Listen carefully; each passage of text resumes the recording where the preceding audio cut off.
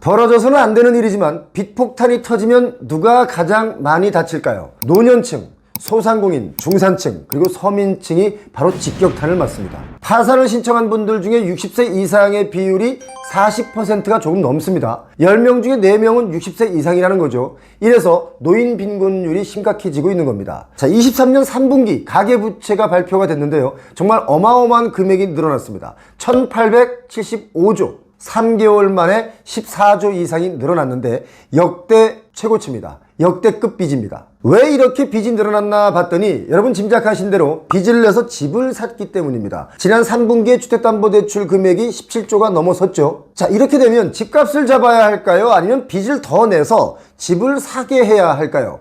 여러분은 어떤 게 더 이로운 일이라고 생각하십니까? 집값을 잡는 게 우선이겠죠. 자, 집값을 어떻게 하면 잡을 수 있을까요? 제가 생각할 때는 무분별한 개발을 잠시 멈추면 조금이라도 잡을 수 있다고 봅니다. 그러면 또 이렇게 말씀하시는 분들이 있죠. 건설업 망가지면 안 된다. 건설업은 망가지면 안 되고 가계 빚이 늘어나서 중산층과 서민층이 숨을 쉴 수 없게 되는 것, 그거 괜찮은 걸까요? 빚을 해결할 길이 없으니까 여기서 빌리고 저기 갚고, 저기서 빌린 돈 또 여기서 또 갚고, 이렇게 여기저기 빌려서 이른바 돌려막기를 하는 다중채무자가 몇 명인지 여러분 아십니까? 453만 명 정도 됩니다. 최근에만 3만 명이 더 늘었습니다. 453만 명이면 우리 인구의 10분의 1 수준입니다. 순수 경제활동 인구로만 본다면 20% 정도가 되는 거죠. 이 정도의 퍼센트의 사람들이 다중채무자로서, 그것도 주택을 사느라 빚을 진 분들이 대다수라는 겁니다. 특히 소득 기반이 약한 청년층이나 노년층의 경우는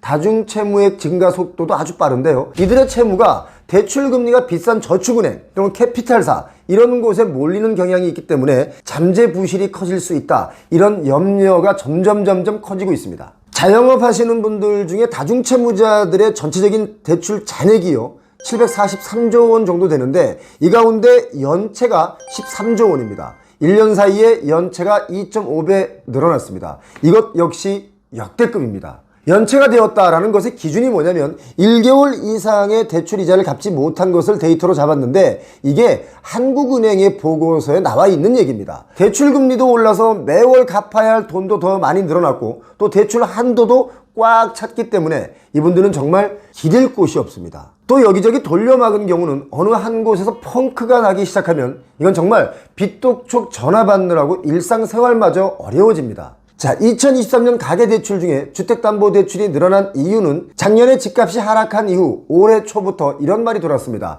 집값이 또 올라간다. 지금이 가장 싸다. 대출해줄게 집 사라. 이런 내용들이 많이 있었죠. 이게 가계빚이 늘어난 가장 큰 이유라고 저는 봅니다. 지금은 다시 하락하는 시간이 되고 있는데요. 이렇게 어려워진 가계대출 문제를 해결하기 위해서 금리를 낮춰주면 좋겠다 라고 하는 의견들이 많죠. 그런데 금리를 낮춰주면 가계대출이 줄어들까요? 대출 이자가 줄어들기 때문에 또 빚을 내서 집 사라고들 할 겁니다. 그러면 가계대출은 더 늘어나게 되겠죠. 그렇다고 반대로 또 금리를 올리면 어떻게 될까요? 그렇게 되면 마지노선을 정말 넘게 됩니다. 지금도 금리에 허덕이는데 금리를 올리면 그야말로 다 죽는 상황이 생기는 것이라서 금융당국의 입장이 참 난처합니다. 어렵습니다. 그런데 지난 2022년에 우리가 배웠듯이 금리가 오르면 주택의 가격은 싸집니다. 집값 하락이 이어지는 거죠. 지난 2019년부터 21년 부동산의 가격 폭등은 금리가 쌌기 때문에 돈의 가치가 낮아져서 반대로 집값의 가격이 오른 것이다.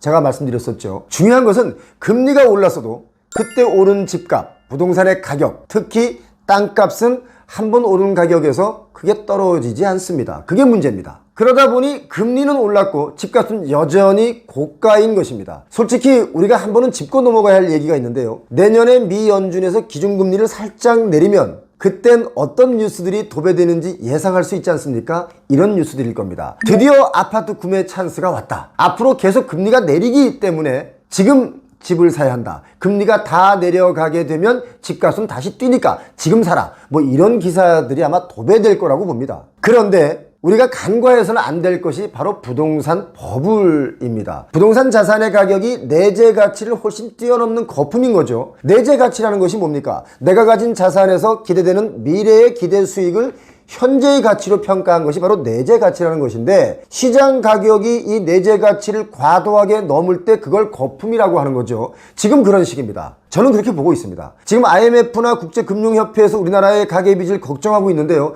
이유가 바로 이겁니다. GDP 대비 가계부채 비율을 다른 나라들과 비교해 봤는데 우리가 1위라는 겁니다. 미국이 73.2%, 우리는 102%입니다. 우리보다 미국이 한참 뒤에 있습니다. 미국은 가계부채가 73.2% 정도 되다 보니까 미국의 집값은 요즘도 오르고 있습니다. 자, 가계대출이 GDP 대비 비율이 어느 정도면 그러면 나름 적정하다고 할까요? 여러분 몇 퍼센트 정도면 적당하다고 생각하십니까? 한국은행 통화신용정책 보고서를 보니까 80%라고 나와 있습니다. GDP 대비 가계신용 비율이 80%를 넘으면 중장기뿐만 아니라 단기적으로도 성장률이 떨어진다라고 되어 있습니다. 우리나라 현재 102%죠. 여러분 음주운전 하시면 안 된다는 거 잘 알고 계시죠? 무조건 대리운전을 이용하셔야 되는데요.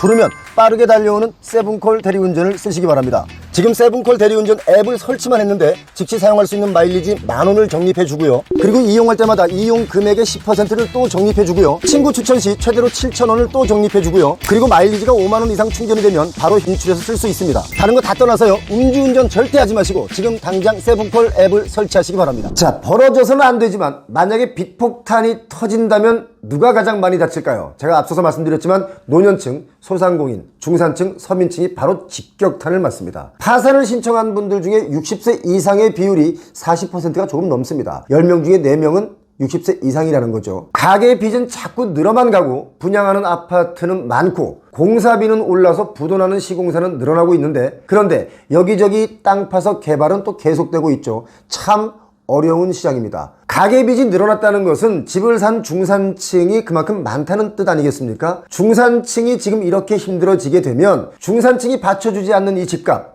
보편적으로 계속 오를 수 있을까요? 여러분 생각은 어떻습니까? 지금 집값이 또 오른다 라고 하면요, 이건 정말 다 같이 죽자라는 소리밖에 안 됩니다. 정말 심각합니다. 한국은행 자료로만 본다면 우리는 어쩌면 이미 마지노선을 넘어섰습니다. 80%대 102%지 않습니까? 자, 소비자인 우리 스스로 감당 못할 선, 그 마지노선을 넘으면 안 되겠습니다. 오늘 여기까지입니다. 여러분 부자 되십시오.